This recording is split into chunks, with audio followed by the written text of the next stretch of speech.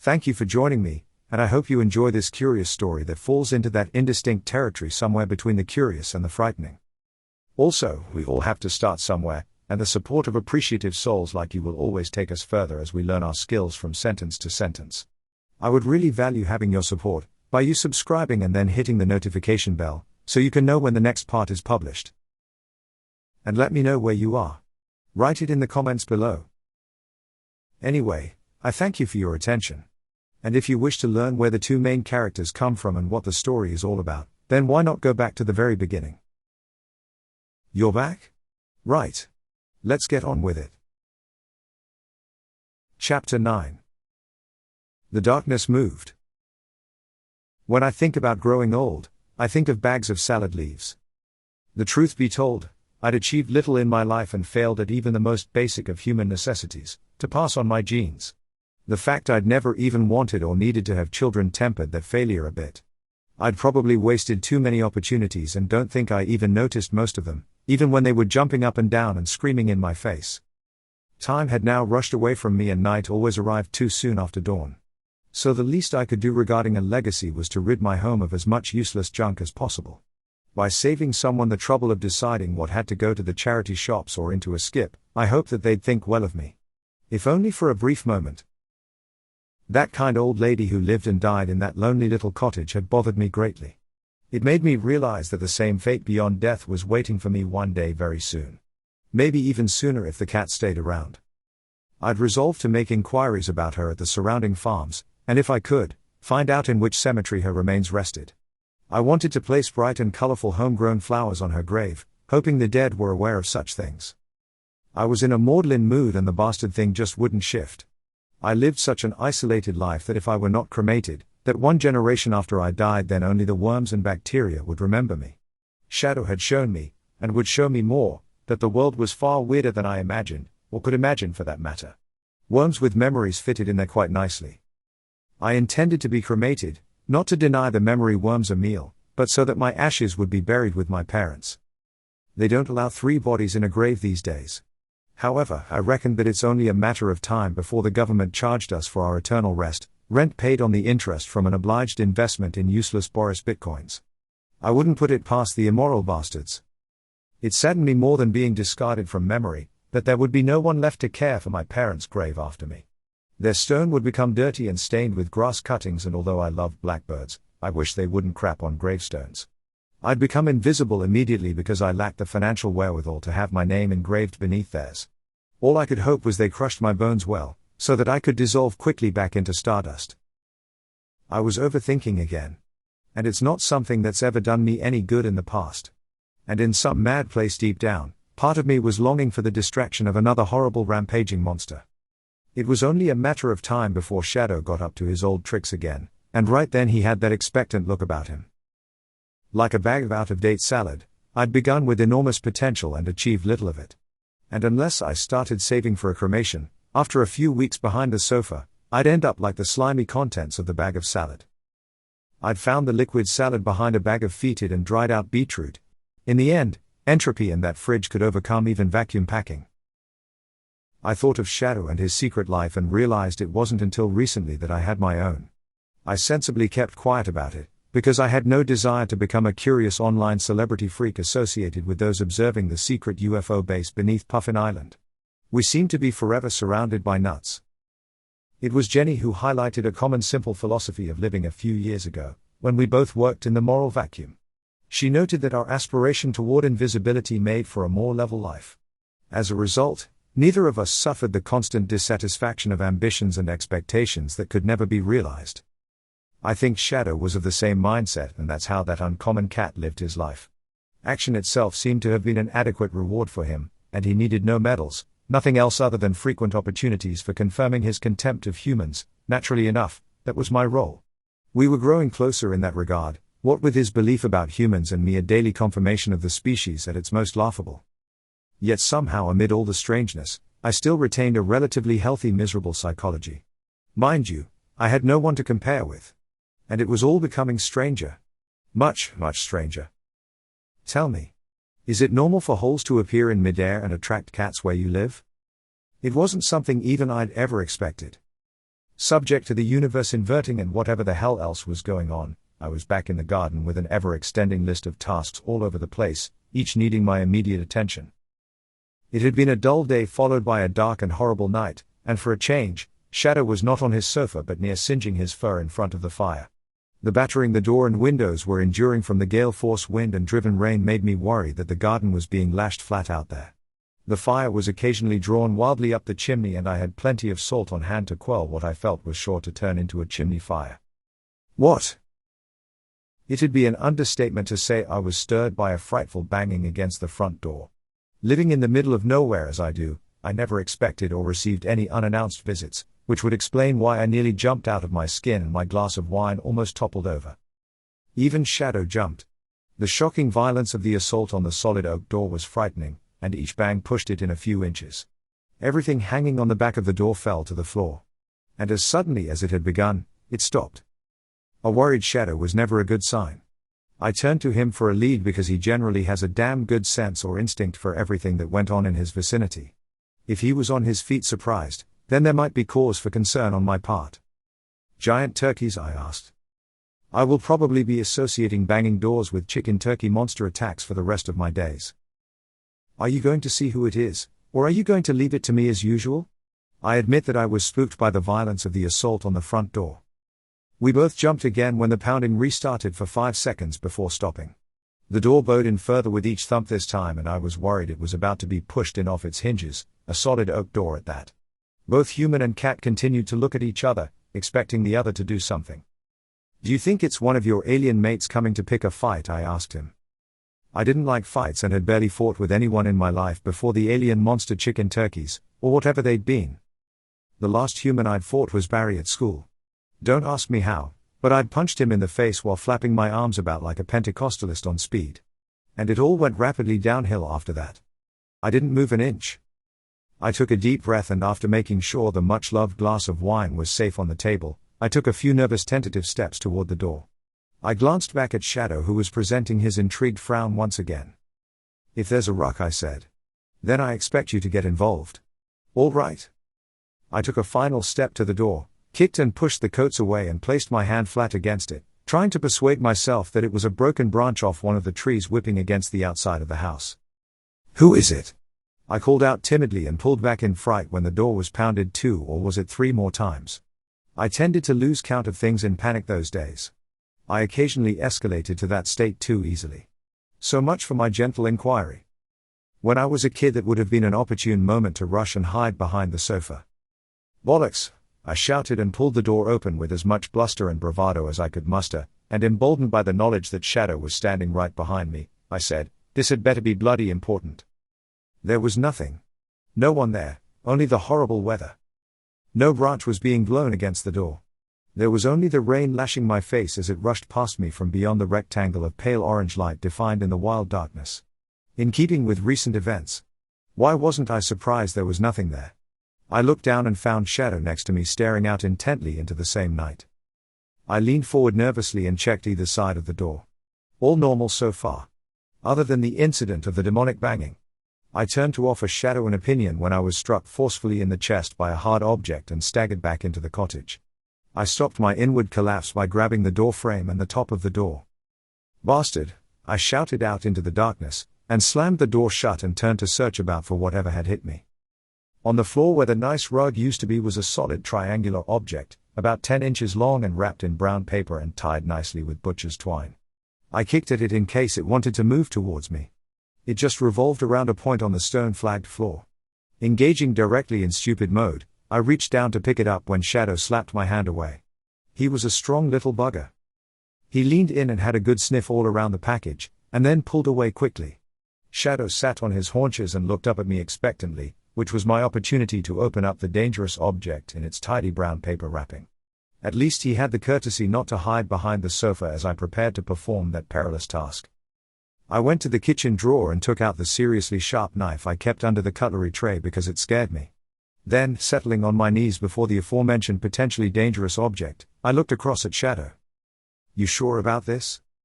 I prodded the package with the scary knife. It neither moved nor exploded, which was good news I suppose. It looked just like the paper they used to package meat in the old George Mason's grocery store in my childhood town. I put the knife down, picked up the package, and felt it with my fingers.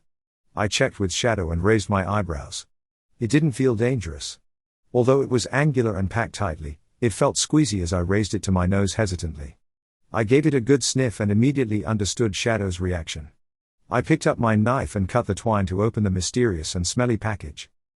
It was a wild night, and someone or thing had done its best to kick in the door, had propelled an object with violence against my chest, and left us with what I would describe as a lump of smelly plastic cheddar cheese, that, like me, had seen better days.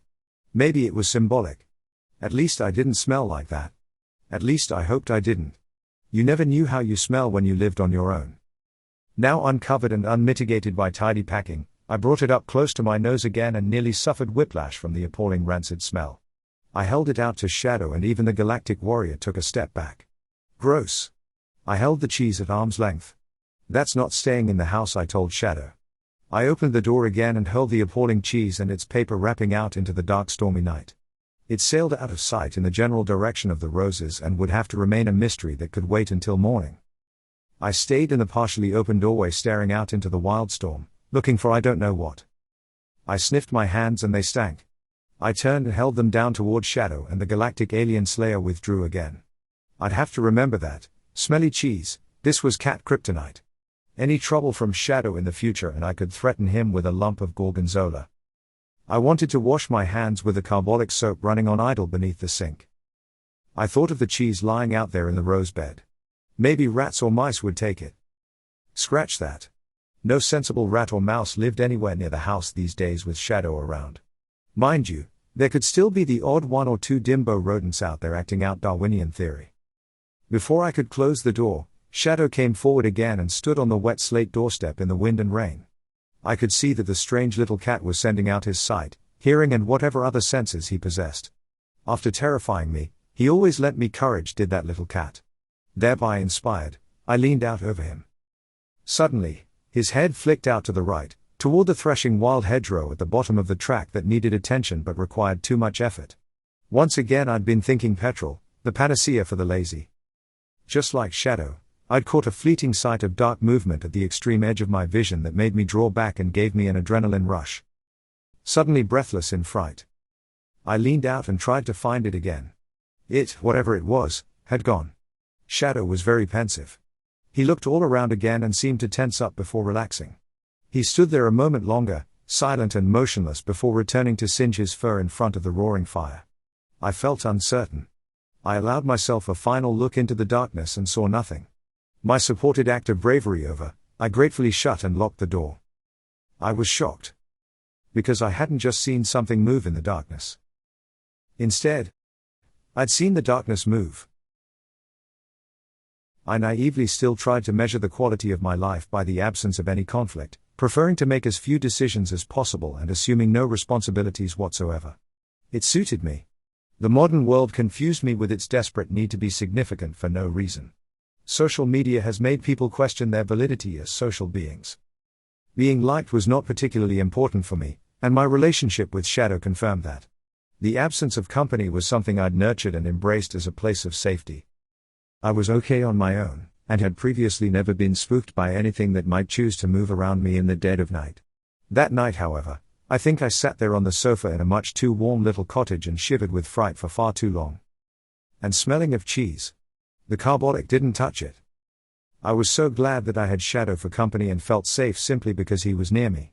Yet, that evening I could see that he was only feigning sleep by the fire. His radar was on full scan. I finally had to say or do something to change the dynamic of my thinking. What the hell was that thing out there, Shadow? There were ripples in my wine glass caused by my fear tremor. I didn't want to drink the wine, but I felt I needed to be holding something right then, to have a purpose beyond listening to a storm that seemed able to push shadows about like solid entities. He looked up at me at the sound of the name Jenny had given him, and only held my gaze for a few moments before his eyes went searching inwards. I'd never seen him that uncertain. I never liked seeing Shadow uncertain. I'd been watching him that afternoon, out in the garden for a change and not in his usual corner of our sofa. I thought that he was merely honing his hunting skills. In retrospect, I reviewed his movements and saw something quite different there. Just as the wind had picked up that evening, I'd attributed his earlier constant prowling as a change in air pressure and an animal's instinctive insight about the weather. You knew something was wrong, didn't you? Except you couldn't put your paw on it. He turned again and held my gaze, and I could see in his eyes and frown that I was right. If you're here, then I know I'm going to be all right, but I think I'm still going to have a bad night. I'm a coward at heart, and right now I don't want to think about what I saw out there. I shivered involuntarily. His eyes never left mine, and I wondered what he was thinking about me right then. I was awake quite early, and surprisingly hadn't suffered any bad dreams. No dreams at all, in fact. I'd gone to bed with the electric blanket on and fell asleep quite quickly. Thankfully. Because the storm had been continuing to rage at that time. I hadn't been drunk for such a long time, which had clearly left my liver in good working condition. Therefore, I had no ill effects from the 2 glasses I'd drunk. It was another addiction that drove me out of bed at 6:45. I headed for the kitchen to prepare my favorite addictive drug of choice. It can't be healthy to drink 2 mugs of double-strength coffee before your metabolism's awake. Shadow's bowl was clean as a whistle as usual, and I was mischievously toying with the idea of giving him the ignored whitefish sachets. Anyway, where was he now? He'd usually be weaving around my feet. No hide nor hair of him inside. He must have walked through the wall as usual. Either it was the wall, or he'd gone up the chimney. Notwithstanding either of those options, he wasn't in the house. I took a deep breath before opening the door. It was daytime and there wouldn't be any darkness out there. The door was barely open before the master of the house pushed his way in and went and stared daggers at me from the empty bowl. Shadow doesn't mew, he just stares. It's enough to put you off, cats. This one definitely. The tuna sachet didn't last long. Maybe you should breathe when you eat, I suggested. If he was that hungry, it meant he'd been out very early and might not have gone to bed at all. So I topped up his milk as he tried to stuff his head between bowl and pouring milk. Subsequently, after a frightening burp, he hopped onto the sofa, circled the wagons, and was soon elsewhere. It was pointless asking him what he'd been doing because it was bound to have been something secret and very mysterious. The kettle clicked behind me. So I made my coffee and went outside to drink it and inspect the garden. The birds knew Shadow's general routine by now, and felt safe enough to bounce around the vegetables and flower beds without the fearsome hunter pursuing them. He wasn't interested anyhow, but why spoil their sense of bravery? It was a lovely, calm and reassuringly blue morning. That early, the light was gentle and surprisingly there was a distinct lack of chill in the air. It was turning out to be a nice long spring, and I could only hope it would last and give me a chance of some tomatoes outside. My worries about whether the plants had survived the wind and rain were emotions wasted. All was fine, and the golden star-like celandine was growing well in patches along the paths. Some gardeners thought them weeds, but not me. There would soon be butter gold stars everywhere. The buds on the weed trees were heavy, thick and green, full of the promise of sticky sap and massive blue bottles, bittersweet bastard trees. These and many others are the signs you were desperate for after a miserable winter. Undoubtedly, Crazy Leaf and his more regimented colleagues would be here soon enough. I missed the sense of being overwatched kindly by Crazy Leaf when he was gone. If you concentrated, he was that odd leaf you see on any tree in a breeze. Every other leaf waves in synchrony except Crazy Leaf. He hears a different drum to which he boogies on the branch. I like his independence and always feel reassured when I finally spot him. I had a look at the potatoes I'd planted early and they seemed to be doing all right. They only needed patience and plenty of manure. The wrapper from the cheese package I'd flung out the door was where I thought it would be, nestled among the roses and impaled on a barb. I placed my cup on the windowsill and picked up the gardening fork stuck idly in the nearby herb patch. I wandered across and poked at the wrapper from a safe distance. The cheese had gone. Not surprising, really. Here in the middle of the countryside there were plenty of quadrupeds silly enough to have had a nibble. What might be attractive to one species might not be attractive to another. And anyway, in the end we're all attractive to bacteria. I imagined that a member of another species had taken the cheese home to its burrow and all the kids were standing around it puzzled. The missus would be thinking to herself, what the hell does this idiot husband of mine expect me to do with this? Your daddy's been out all night looking for food for you. So eat it, you ungrateful little bastards. In daylight and bright morning sunshine, this wasn't spooky. This was just silly. It must have been a joke by local lads who wanted to scare the strange man living on his own and who took orders from his cat. What sort of moron would go out in the middle of a horrible storm and throw a lump of over-mature cheddar at someone? I couldn't see anything funny about it, But perhaps that's because I'm old and pretty humorless these days. They should at least ask a guy if he's a melancholic before throwing cheese at him. Out here by the rose bushes in the soft morning light, it felt as if I'd wasted time on something that wasn't worth the expended emotion. I think it was Mark Twain who said that most of the things he'd worried about in his life had never happened. I picked up the wrapper, sure that I'd come across the twine before long. It would be useful for staking the tomatoes eventually. That's when it happened. Out of the corner of my eye, I glimpsed movement in the shadows among the trees the other side of the cottage. It was fleeting yet definite, such that I felt a now familiar tummy alarm-induced adrenaline surge. When I turned my head to look directly in that direction, I could see nothing. Yet if I looked sideways and did my best to ignore my imagination, I could see a form. No more than 50 feet away in the woods. A person cloaked in darkness sat between the trees. A crone maybe. You don't get many of those out here. The messy undergrowth acted as a backdrop against which it stood out.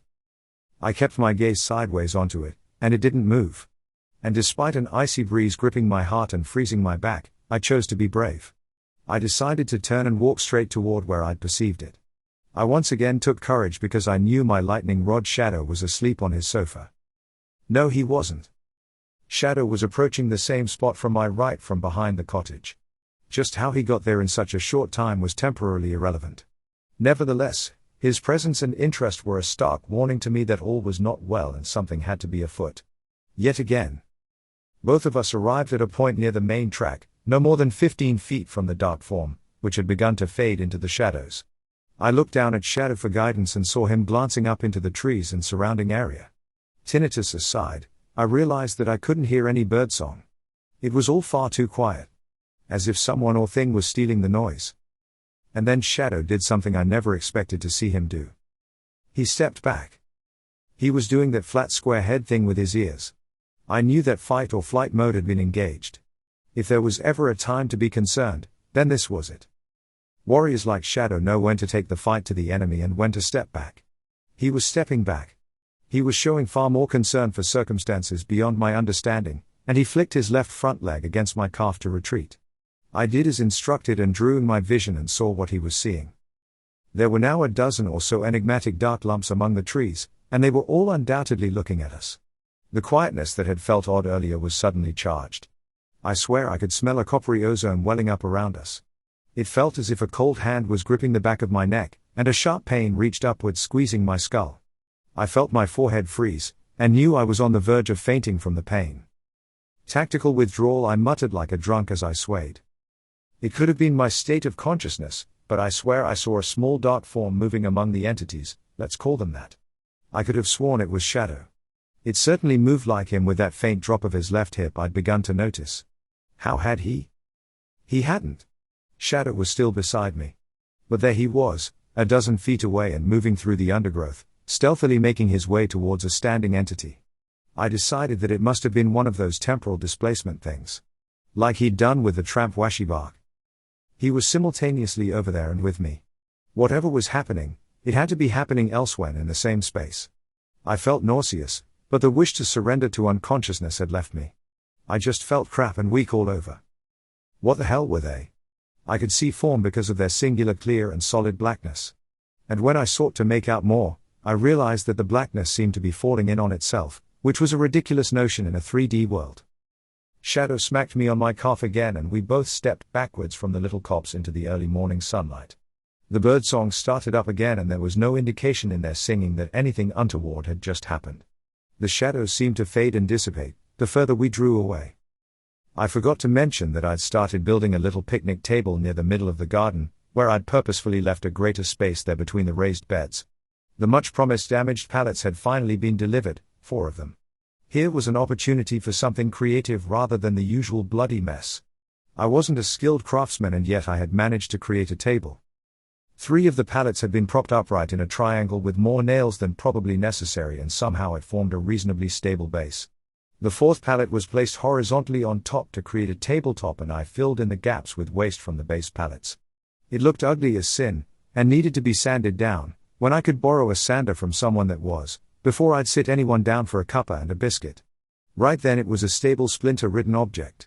It would be a while before I could think about inviting Jenny over for an alfresco afternoon tea.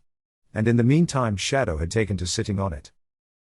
I took a moment to find my place in the world again as the tension dissipated, but I felt wasted and lightheaded, and my body still buzzed with adrenaline.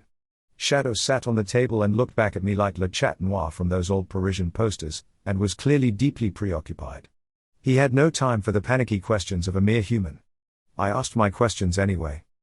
Was that a past, present or future shadow? Nothing. Not even an acknowledgement. Undaunted, I continued. That's strange, you know, I said nervously and pointed back at the darknesses in the woods that had returned. We've got scary entities in there who feel it necessary to throw cheese at people. People? Me? I fancied another coffee. Chamomile would have been better. It's supposed to calm you down apparently. Hell. I needed caffeine. And plenty of it. I'll leave you here to work it out. I decided to ignore what was obviously above my pay grade and walked back to the cottage, picking up my coffee mug off the windowsill on the way. Unfortunately it was cold, so I threw the contents along the path and received a sharp rebuke from Shadow on the table.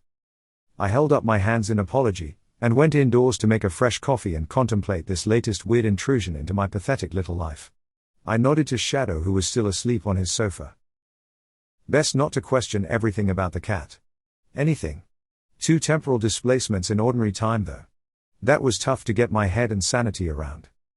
Shadow was on the sofa asleep, which was puzzling enough, and I reckoned 1 displacement from there was me seeing Shadow moving on the entities in the woods, and the second was Shadow standing next to me watching himself. Would that explain why I felt so awful while it was going on? Being part of 2, or was it 3 other Wens? Quite sensibly, I stored it in the presently too complicated to even think about box in the back of my head, sat down on the arm of the sofa sipping my coffee, and looked down at the little black ball of fur sleeping peacefully in his favored corner spot. Maybe it hasn't happened to you yet. I thought about what I'd just said, and didn't know if it was profound or plain thick. It was all too complicated for this poor human, and my Shadow, the one on the sofa, seemed relaxed about the entire affair, which was good enough for me. I sat there for a while in non-pondering subjective time, before issuing forth a long sigh that came from knowing I was out of my depth again. For the remainder of the day I ignored everything odd and just engaged in active objective time, working my way through a list of items I'd set for myself in my diary. None of the jobs were that demanding, but there were so many things left to do to make it all look tidy enough to sit outside in the evenings. It would have been nice with a companion. Sanding down the pallet picnic table would wait until later when I could do it with a glass within reach. It was a job I hated in advance, tedious and boring. The wood was appalling, and I got the impression that this was one tree that had willingly thrown itself at the bandsaw. It was a job of bit by bit, especially without an electric sander to hand. Like I said, that could wait. In the meantime there was plenty to do in potting on perennial plants I'd propagated myself from seed and nurtured on the inside windowsills. These were for decoration and not cutting. Rudbeckia, heleniums and a handful of asters. They should last well into autumn in full and glorious shades of yellows to sunburst. I took a gamble with a few of the more robust ones and planted them in the beds in their final position. The majority I moved them into bigger individual pots and left them in a sunny sheltered spot near the field loo. I was worried about the tomato seeds I'd also propagated, that I wouldn't be able to offer them the best conditions to grow. I would soon need to put them outside somewhere. Just where? That was the question. A greenhouse would always be best, but there was no way I could afford one. Their only hope of yielding fruit was a warm and long summer. We hadn't had one for quite a few years, and so I wasn't all that optimistic. But a futile hope is better than no hope at all. You need to have faith. Perchance Shadow could do something about it. Place it in one of the temporal displacements of his. Somewhere warm.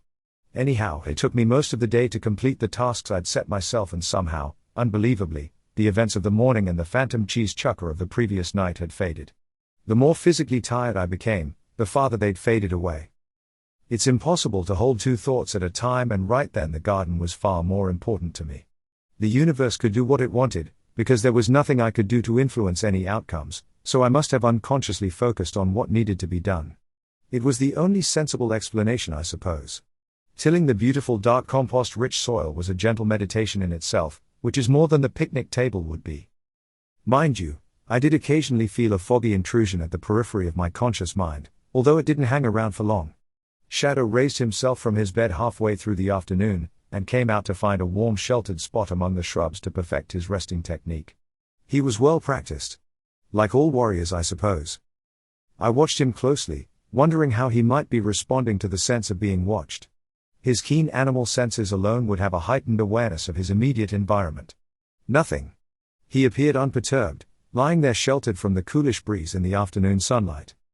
Trust a cat to find the best spot. What was the saying? If you want the most comfortable seat in the house, then move the cat. Again, I thought that maybe it hadn't happened to him yet as it had to his other forms. I didn't believe that for a second. I'd seen it and accepted it because it seemed less embarrassing that way than demonstrating another human failing, not knowing shit. I shrugged away my confusion because I had more pressing matters on my mind. The picnic table had waited long enough. As per plan for the early evening, I poured myself a half glass of wine as an act and expression of gentle restraint. In broad terms, panic-ridden events aside, I was winning the battle over the alcohol. I was becoming a pretentious middle-class drinker, and stopping to taste rather than simply pouring it down my neck as in the bad old days. I found the sandpaper, now called glass paper by pedants, and wrapped it round a piece of wood and tacked it in place. I still foresaw splinters. I'd usually have lost interest in such a futile task quite quickly. Still, I was intrigued by Shadow's apparent non-response to recent events, and the rubbing of glass on wood was a subconscious engagement with time. As far as I could see, there was nothing amiss in his little world, and other than the odd ear flicker, he seemed to be at peace in his nourishing slumber. After half an hour, not even watching Shadow could distract me from the drudgery of trying to sand crap wood. The table was also at that perfect height for straining my lower back, and the bloody thing looked no better than when I'd started. Either I had to borrow an electric sander from somewhere, or start building a bonfire months ahead of November. It was another excellent plan scuppered by my poverty. Not wishing to disturb Shadow, I placed the sanding wood on the table and stretched my back gently. Only someone with a bad back knows how to move his or her back. I picked up my glass and stared disconsolately at the horrible table, when I felt photons fall heavily on me. I shivered. Once again there was that newly familiar darkness that could only be seen at the edge of my sight and had to be drawn in. This time there was only one, right beside the top end of the cottage, cheeky as you like, an entity that was an amorphous physical shadow about the size of a doorway. It seemed disinclined to disappear this time when I turned to face it full on, and so I watched it with growing interest. There were no stars in this bastard thing, only an abyss of black space falling in on itself and threatening to pull the eyes out of my head. Emptiness in midair, or so it seemed. And falling in on itself. Perhaps that's what darkness was supposed to do, but it was a new and nausea-making experience for me. How did it look on the other side, I wondered? Shadow, I whispered out of the corner of my mouth, like a counselor in a shady corridor, and turned to see if he'd heard. He was already on the tabletop beside me, sat upright, his head leaning forward and moving from side to side like any cat focusing on an object in the dark. Except, although dark, it didn't seem to be an object. While Shadow was busy assessing this unnatural event, I was literally quaking in my boots, and felt an all too familiar seething bitter cold settle over me. I stared at the thing which seemed unable to decide on a shape suitable for its environment. Its extremities gave the impression of fluctuating in and out of somewhere. Rather than figure out what it was in detail, I decided it was a void. I suspected that if I walked around it, it would still be the same, an impossible bag of nothing hanging in midair and defying the three-dimensional physics I lived in. There was some seriously weird shit going down. I slowly slipped my hand onto the sanding wood and was considering throwing it when Shadow's paw came to rest gently and firmly on my hand. He clearly knew a lot more than I did. When I looked at him, I could see and sense the rigid tension. Maybe throwing a lump of wood at it would instigate aggression against us. I might accidentally start a galactic conflict between us and them, whatever them was. Shadow kept his paw on my hand and I found it very reassuring, I admit. I suspected this was a demonstration of the nous and patience of a warrior. Had he not been with me, I might have been tempted to throw the useless table at it and run away while it was still in transit. Instead of all that, I chose to follow Shadow's example and remain silent and still. When he removed his paw, it left me feeling very alone. All the while he kept on moving his head from side to side, gauging whatever it was we were looking at. I got the distinct impression that what we were seeing was new to him as well. Or at least unexpected. Further movement from the corner of my left eye drew my head around slowly. There, at the end of the garden, was Shadow again, sitting on his haunches on the path like Shadow was on the table. Another movement. This time from my right. On the slate roof of the cottage and directly above the void was Shadow number 3, lying on his stomach and staring straight down. I wondered what he was seeing, and whether it was any different to what was being presented to us. Was it the same in all directions? I mean, I wasn't going to use the word dimensions, because my normal limited understanding of physics had just gone walkabout. So instead I adjourned any further consideration on what was currently bending my mind. 3 cats. Washi Bark the tramp had known Shadow well. And the tramp was long dead, but Shadow had existed in his time frame as well. I didn't know what the rules were, but I knew this wasn't science fiction because I was conscious and living through it. 3 cats, or was it 1, and a free-floating void? Even Rosegok wasn't as weird as this. After all, they only threw sheep at you there. So far, that is. The void was rotating in a kind of shape of a voidy Christmas tree. At least I think it was. And playing havoc with my stomach again. My mind had given up on the task of seeking sense and understanding, but my tummy was responding to the impossibility of the rotating and continuously inward tumbling darkness. "I'm going to be sick," I said. Shadow's paw was suddenly back on my hand. I took that to mean, steady, and hold on. Or even, don't F things up. I felt a gentle calmness fall over me. My heart, which had been racing, slowed down to a desperate canter.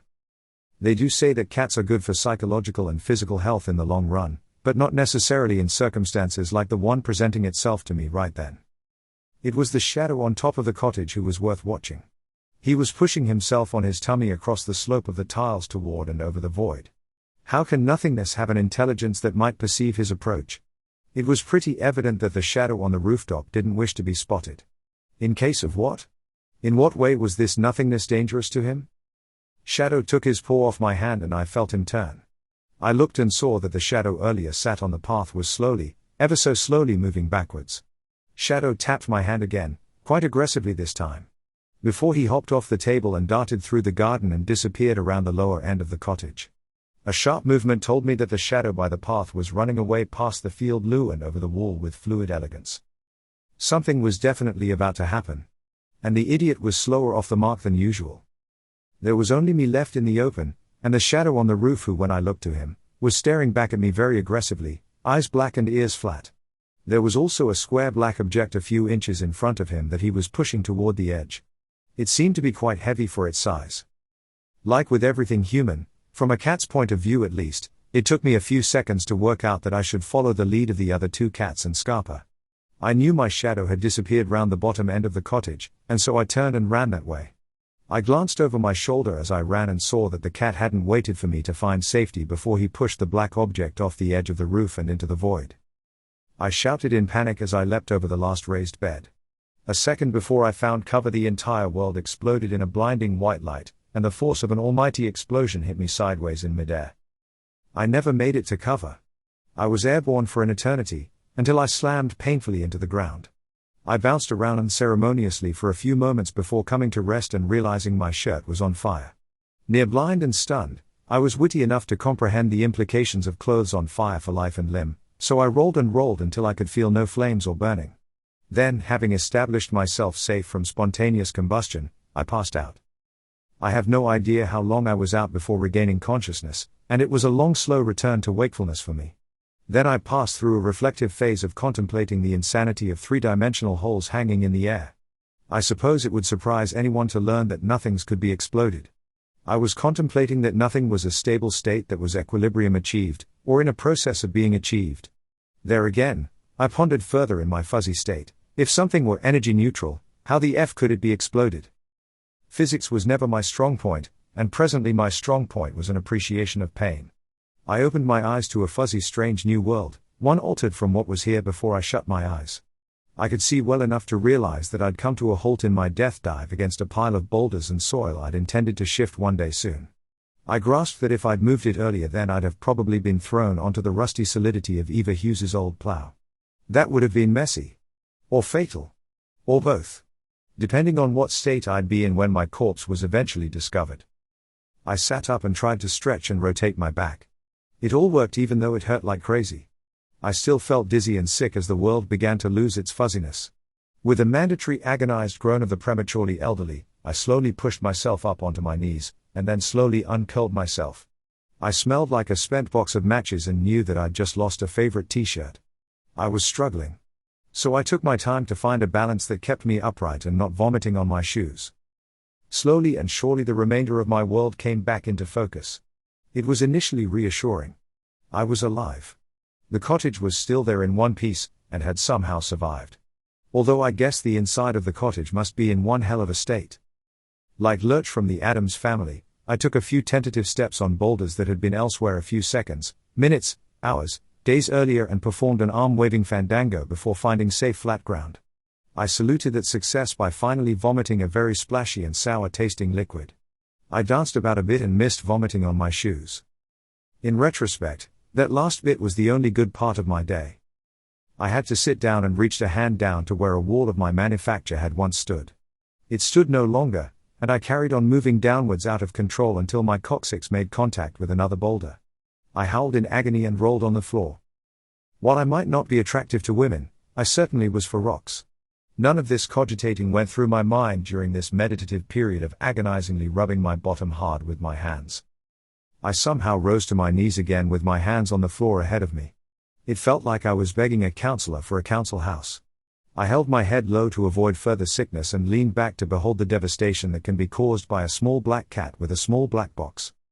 My beautiful, well-maintained and lovingly nurtured garden was a site of appalling devastation and a wasteland of rubble. It looked as if every single one of the raised beds, the walls, soil and plants had been pushed all the way across the garden and up against the wall into the field. I was surprised that the field loo was still standing, and that its door hadn't been blasted in. Such is the complexity of chaos theory in action, I supposed. But what about the UHT milk? To add to the profound nature of chaos theory in action, I saw that the bastard pallet picnic table had withstood the powerful elemental force that had laid waste to everything else. It just stood there in its appalling bastard majesty, defiant and undestroyed. And on it sat 3 black cats in an intense triangular wordless conversation. I had my insignificance in their strange world confirmed when they all turned to look at me. I received a once-over, and then they turned back to their conversation. I was swiftly dismissed from their considerations. None of this was normal. Exploding visible suspended nothings were not normal. And neither was seeing 3 iterations of the same cat sat on an ugly picnic table, deep in discussions. Not that there was much I could do about any of it. Hence, I staggered along what was left of the devastated garden path back toward the cottage. I was probably too shocked to contemplate the enormity of the destruction of a beautiful little garden, one that had yet to start producing properly. By that stage in my life, I'd learned to accept the crap I couldn't change in a philosophical manner, and like a stoic android, I would set about the task of rebuilding it all. There was no sign of the glass of wine, and I could see that the cottage door was hanging inwards at a fragile angle. It was the cottage I was most worried about because everything of value I had was in there. It wasn't much, but nonetheless, there were still a few deeply personal and irreplaceable items I cared for. None of the windows I could see had been blown out by the exploding nothing. I knew I could be thankful to my mum for that. She'd always insisted that all windows should be left open on fresh days, and the door, depending on whether we could trust the frequent temporary neighbors in the rented property next door. Had the cottage been shut up, then the entire building would have popped like a balloon. Thanks, Mum. A vital life lesson that. With a coppery tang on my tongue, I went to inspect the damage inside the cottage. Again, it was curious that this close to ground zero, the plastic propagator on the lower window away from the explosion, was still there surviving in its nascent greenery. On the other hand, the paintwork on the window was frazzled. Same for the top window, except that there was no sign of the propagator, only melted plastic burned into the slate windowsill.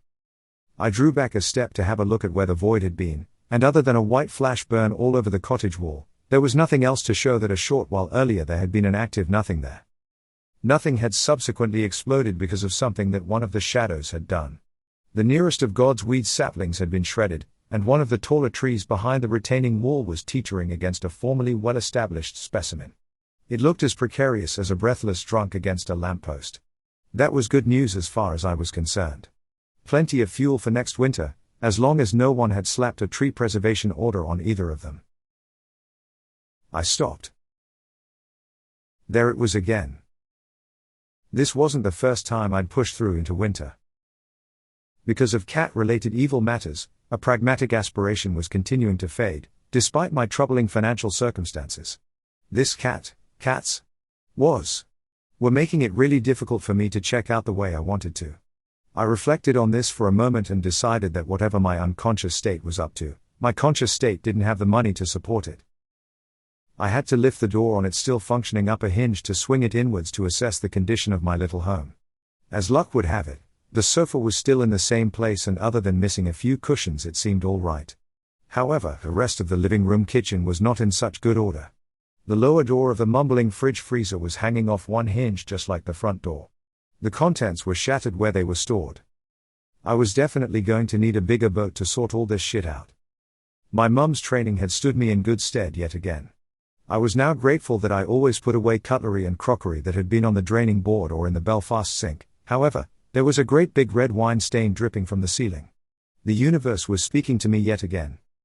The few items I had on the walls and on the coat hooks on the back of the door were a merry mess on the floor.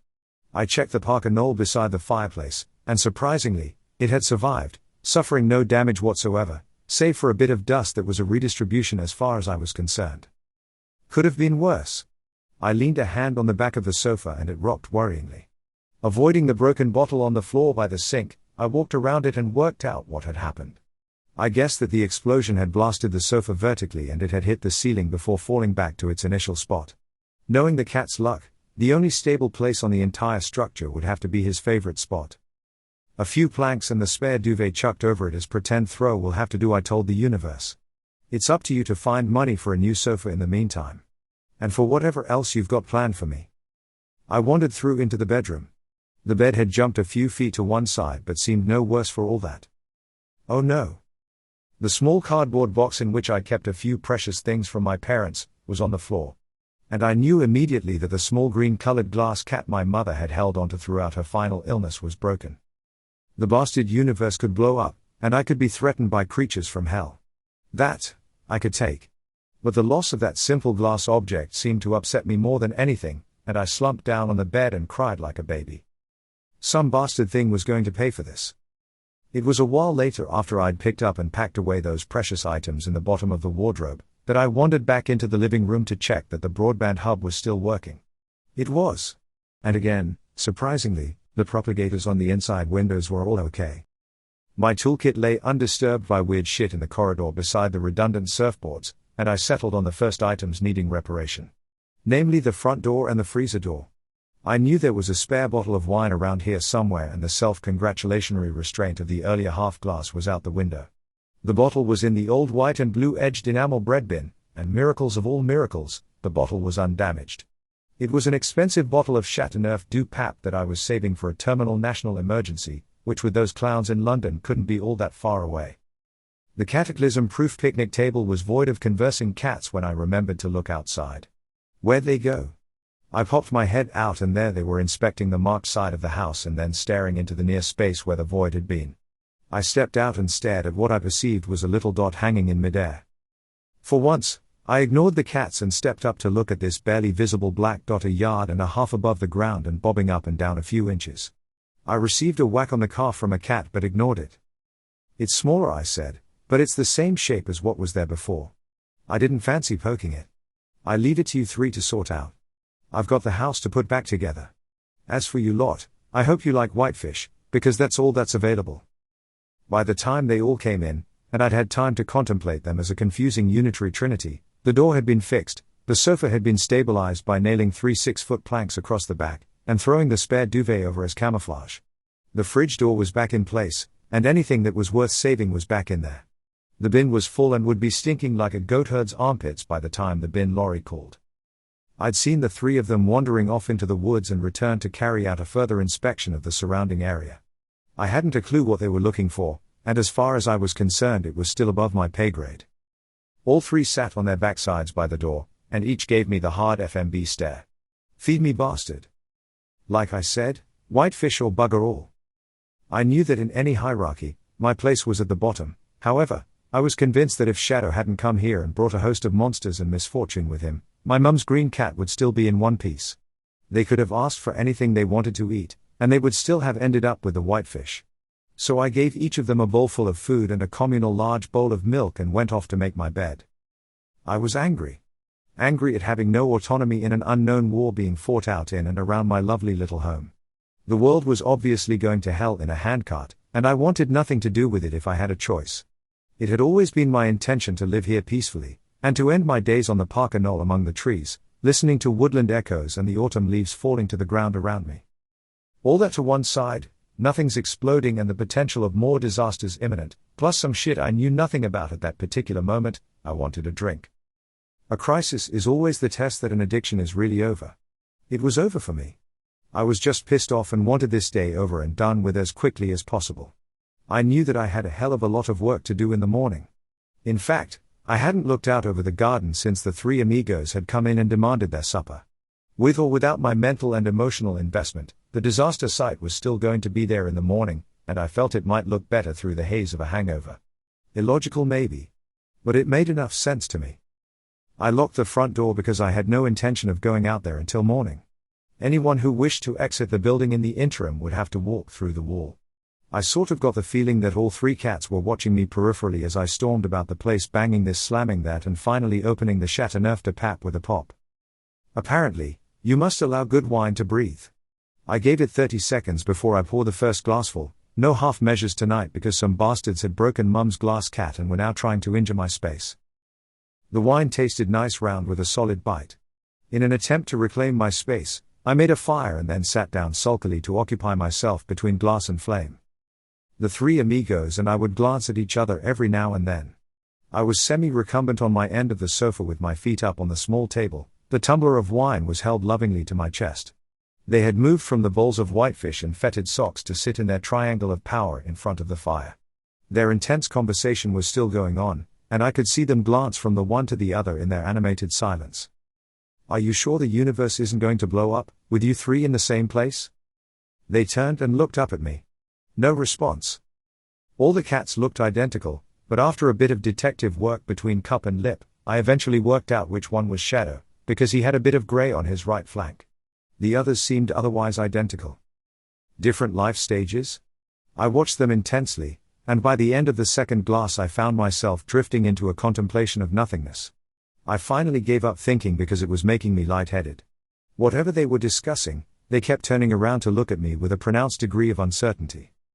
"The human has to be managed carefully," I imagined them saying. "Sensitively would be better." In my increasing drunkenness, when rational thought had long gone to Betty Bobos ahead of me, I actually did believe that. I don't know why. Maybe it was a perfectly normal human thing, the need to feel relevant. I wasn't on social media and perhaps I needed attention. Not that I knew anything about social media, I just applied my understanding of fallible humans. It seemed to me that if breaking wind first thing in the morning got you online attention, it would be a skill you'd develop, even if it meant the odd unfortunate underpants incident. Anything for pathetic attention. I think I was going to make a significant point. Something that would show the cats that I was a person to be considered seriously. I rose to my feet to address the three cats, performed a comic double-take on finding that only Shadow was left by the fireplace. I wasn't going to search for them. If they wanted to show off by walking through the bloody wall, then I was not going to be impressed. Whatever it was I was about to say, floated away into the fog I'd created between my ears. I punctuated my assertion of identity and intellectual autonomy by tripping over the table and falling heavily on the floor. It's surprising how comfortable you can make yourself anywhere if you've drunk enough. It took me more than 10 minutes to gather myself and get up. From there to bed was a complete blank. When I woke up the following day I paused a few moments in reflection. I contemplated, albeit briefly, the rationality of drinking a whole bottle of strong wine in one go and in such a short period of time. Then I pushed myself up and immediately wished the world had blown up while I was asleep. I made it to the loo, and panicked when I saw I was hemorrhaging and vomiting thick red liquid. The smell of partially digested red wine soon disconfirmed that fear and triggered another gasping spasm. There followed an unpleasant period on my knees retching, before I felt strong enough to stumble into the living room in my underpants and now stained colorless t-shirt. Thankfully, neither Shadow nor his colleagues were about to witness my humiliation. And I dispute any allegation that I fell asleep over the sink while waiting for the kettle to boil. I also dispute any allegation that I was considering putting a spoonful of coffee granules directly in my mouth to address an immediate need. Instead, I found my packet of paracetamol in the cutlery drawer and took 3 200 mg capsules. I rediscovered a degree of comfort standing in the doorway and pressing my head against the cold stone wall. The garden was still as previously described, destroyed. At any other time I might have wept, but that was still nothing compared to Mum's broken glass cat. I looked out over the garden. How do you eat an elephant? One spoonful at a time. Not right then though. I decided to cancel all events in my social diary for the morning, and went back to bed with a big bottle of tap water, a towel, and an old pressure cooker that had many uses. Despite my anger over the events of the day before, I still hoped that the three amigos were all right, whatever particular universe they were in right then. And if the world could end before lunchtime, then it certainly would be a blessing. My last distinct thought before I gratefully collapsed under the joy that is a 13.5 tog duvet, was whether the events were a direct response to Shadow, or was it the other way round. I woke up a few hours later to find Shadow at the bottom of the bed staring up at me. "Sorry, I'm a failure," I slurred, and fell asleep again a few seconds later. I have no other memory of that day or night, other than a few barely conscious trips to the loo and back. I think I passed a messy night on the whole, and could have sworn that my room was lit up like the Queen's Jubilee. I felt queasy only once, and dropped to my knees for a session of futile heavy gulping. Before going back to bed, I checked the living room and found Shadow in his customary place fast asleep. There was a blinding flash of light outside, followed quickly by a couple more.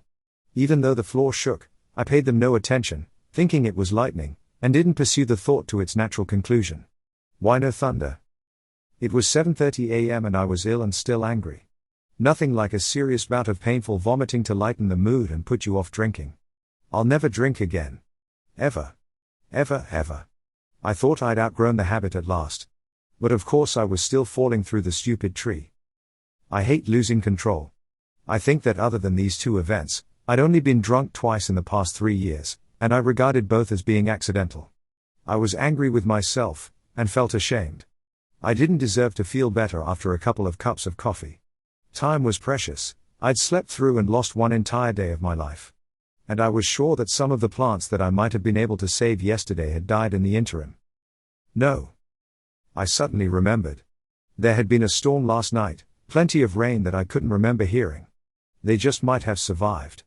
It might be early enough in the season to recover some determined plants. I'd pot up as many as possible and take it from there.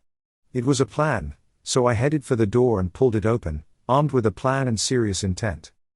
The first thing I saw was Shadow sitting on his new platform of power in the middle of my once beautiful and now devastated garden. He stared right back at me, and I could sense no admonishment in his gaze. Not even the usual contempt for a minor species. Pity maybe? I carried on looking at him and thought that despite the garden having been piled up against the wall to the toilet field, I still believed that it all inherently possessed a blessed feng shui that would be there again soon, even if I had to work day and night to achieve it. I could have sworn that there'd been a storm, and I remembered the lightning quite clearly, but there had been no rain. Everything was dry. Oh hell. It would be a losing battle to save my precious garden. It was a sobering realization that I might well have lost everything under the destroyed beds. There might not be a river or stream passing by the house, no view of the sea in front and no mountain behind, but at least I had the security of the trees guarding my back. It was still a time for stupid optimism. I still had faith in my plants. It takes a few moments to react and respond to the unexpected. Terrorism depends on that fact. There were no trees. There were no trees whatsoever. There was no garden and now no trees. Did I have another bottle of wine stashed somewhere, I wondered. I was in a daze, shocked and finally that sickly need for alcohol again, utter despair. "You!" I shouted angrily across to Shadow. "What have you done?" I looked across another barren and devastated landscape and could see the picturesque Mynydd Bordafon in the distance, which brought me no joy. I stepped out and eventually closed my mouth. "You!" I shouted again. "Did you do this?" "Yes. You." I was furious. I stammered to a pathetic whimpering halt. This was a disaster from which I could never recover. Everything had changed. The magic of the little redoubt that kept the agonies of the world and humans at bay had been stolen from me. Such was my despair that I felt like collapsing and began hyperventilating. Bastards! I somehow managed to pull myself together, and walked toward what appeared to be a First World War battleground on closer inspection. The trees were all still there, although none upstanding, some whole and others splintered. 30 trees lay devastated, with no hint of yesterday's lush green anywhere. Some trees were scorched, others marked with the same white flash burns as on the side of the cottage. Where there were no trees, it looked like a giant biker had taken a dump over everything. Everything that had been living in there was surely dead. It was heartbreaking. How the hell did I sleep through all of this? I shouted at Shadow, who hadn't moved from his table and continued to watch me. That's when the 2 police armed response vehicles arrived, lights flashing, sirens blaring as they carefully made their way down the track. Oh shit. Can it get any worse? One thing about the appalling state of the track down to the house is that a heroic arrival of macho men and women with weapons hoping for a fight doesn't happen quickly. I'd give them time to negotiate the track and went inside to switch on the kettle. We had guests come for coffee. When I returned to the door, I found a gun pointed at my head and was soon on my knees, handcuffed behind my back. The armed officers spread out around the property, and in short order, disappointingly decided there was no one to shoot. As they all returned to the cottage, I recognized one as Tom, a schoolmate's son. He was as tall as his father and broader than his mother, which said something. Tom. I greeted him from my uncomfortable position.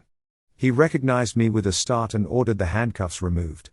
Tom knew me to be harmless and dismissed the complaints of his colleagues.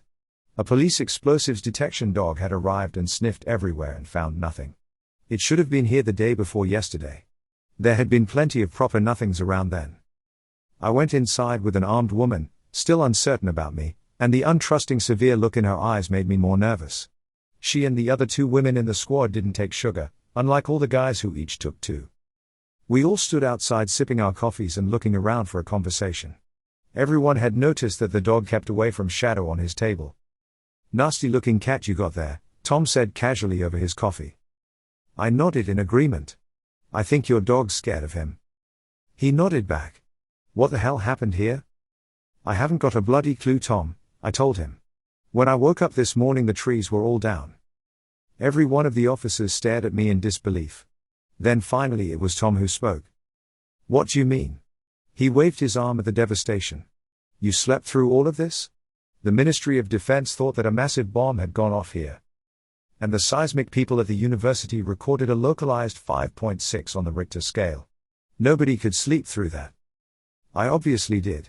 I looked at Shadow, who was sat calmly traumatizing the dog cowering behind his handler's legs. Okay. I believe you. Maybe it's trauma, he said. You not remembering? Maybe, I answered him. Shadow turned and stared at me, clearly happy that he'd demolished the dog's confidence. All the others helped themselves to another mug of coffee while Tom and I went to look at what was left of my once lush little woodland, literally nothing. I could put a greenhouse here, I ventured. You'll have to watch out for the winter northeasterlies though, Tom added sagely. Practical gardening advice that. His grandfather had had one of the best allotments in the nearby town. And Tom had probably spent time there listening to his gardening lore, smoking roll-you-owns and drinking the once legendary allotment homebrew I'd heard about. I looked across the wasteland while Tom pointed out what looked like shell holes among the blackened trees. Looks like a scene from the Somme, he said. I had to agree, but I couldn't tell him that in all likelihood 3 cats had waged war there against free-floating nothings, in which trees and all the animal and bird life were destroyed. Tom shrugged. Weird shit, he said. Weird shit indeed, I agreed with experience of such matters. I admitted to Tom that I'd been as drunk as a skunk and had the cat as a reliable witness to my appalling state. He looked toward Shadow again and was saved from thinking of an appropriate official response when his mobile rang. Excuse me, he said, moving off in his Total War uniform with his HK-MP-10 hanging loosely in his spare hand. His end of the conversation was one of puzzlement, and when he'd finished the call he returned. You heard of CERN? Physics place in Switzerland? Fundamental particles and all that? They're sending down a team to investigate? Investigate what? I was shocked. Whatever caused the 5.6 on the Richter scale here, buggered up their instruments in Switzerland. Really? This is insane. Okay. Maybe they can tell me what happened, because I haven't got a bloody clue. Part lie. Part truth. It turned out that the flashes and explosions had been reported to the police hours earlier. In the interim, they'd been busy trying to evacuate the Prime Minister on a very important visit to a cake factory in the next county. So much for an emergency response. The PM and cream cakes were more important than the galactic warfare being waged here. Whatever little secret Shadow and his mates had been keeping was about to be blown wide open. We would most certainly be expecting visits from important people after this. The armed response team and the terrified explosives dog left half an hour later, after I'd chatted with Tom about his parents, how they were doing, and where they were living now. They all thanked me for the coffee and waved as they left. Undoubtedly still disappointed they didn't get to shoot anyone. And all the while Shadow had watched us. I'd also noticed that none of the armed officers had gone near him, which was very strange, because there's always someone in a crowd who'll approach a cat. So Shadow was sending out a clear message, and I don't think it had much to do with pheromones. Looking at them all, and knowing Tom's father and mother, I'd say that Shadow had been the most intelligent person among us. About half an hour later a local police officer called round to take details of what she knew not, followed soon after by a police forensics team in their big white van. The latter started collecting soil samples, and I immediately lost interest in their futile investigations. I would have offered the police officer a coffee, but the armed response team had drunk it all. That made me concerned for all our safety. An armed response team was going to arrive at some dangerous scene wired out of their skulls on strong coffee. The sods had even found my spare jar of nice Arabica and drank most of it. Forensics did what they do, and left after about an hour with samples, including my DNA and fingerprints. I suggested they take samples from the cat as well. Of course some people would have been up in arms over such a thing, fascists in a fascist state oppressing my liberty by taking samples that had nothing to do with anything that went on here. But what I was telling them, forensics, the armed response team and the police constable, was the truth. I honestly hand on heart hadn't seen what had happened here. And if I'd proposed an answer based on earlier events, they'd have locked me up. Anyway, eventually they all left. Later in the afternoon technicians and academics from the university's Earth Sciences department turned up. They were the seismic experts who wandered about with equipment like ghost hunters, without the pebble chucker, and talked about gravitational anomalies and P and S waves. Finally, I think they concluded that the surface evidence suggested that there had been no seismic event here, and they all went away with the view that whatever had caused the 5.6 hadn't occurred here. The reason they gave me was that for such a thing to have happened and produced this sort of result, the earthquake would have had to occur 20 feet off the ground. Which was ridiculous. We all laughed. How we laughed. Before they left, they picked up all the equipment they'd brought with them, and one of them, obviously bearded, more or less accused me of knocking down the trees with a bulldozer and digging up the ground to make it look as if something odd had occurred. What about the 5.6, I thought? I said nothing. The sooner he said his piece, the sooner they'd be gone. As with the other visitors, Shadow kept a close eye on them from his table. I got the impression that none of the people who turned up to assess a major event left intrigued or concerned in any way. They came, they made notes, poked at a few things, drank all of a poor man's coffee and then left. Had I been them, I would have been much more interested in the strangeness of it all. But even though all their results supported the notion that something odd had happened here, no cause would be proved. Also, the only witness looked as if he might be telling the truth about being as drunk as a skunk when it happened. They told me they would look at the data again and might pass it on to colleagues in CERN or even NASA. It might be evidence of neutrinos or something like that, but the hangover was back by then and I was beginning to flag. Some simple and obvious facts were being ignored. We actually did suffer minor geological shifts in this area, but they were always a 3 or 4 on the Richter scale. What had happened here was more than 15 times greater. Yet no one seemed particularly excited about it when they left. I went back in and sat down on the other end of the sofa to Shadow and suspected he was smirking under that paw over his nose. I then did what any sensible person might do under the same circumstances. I fell asleep.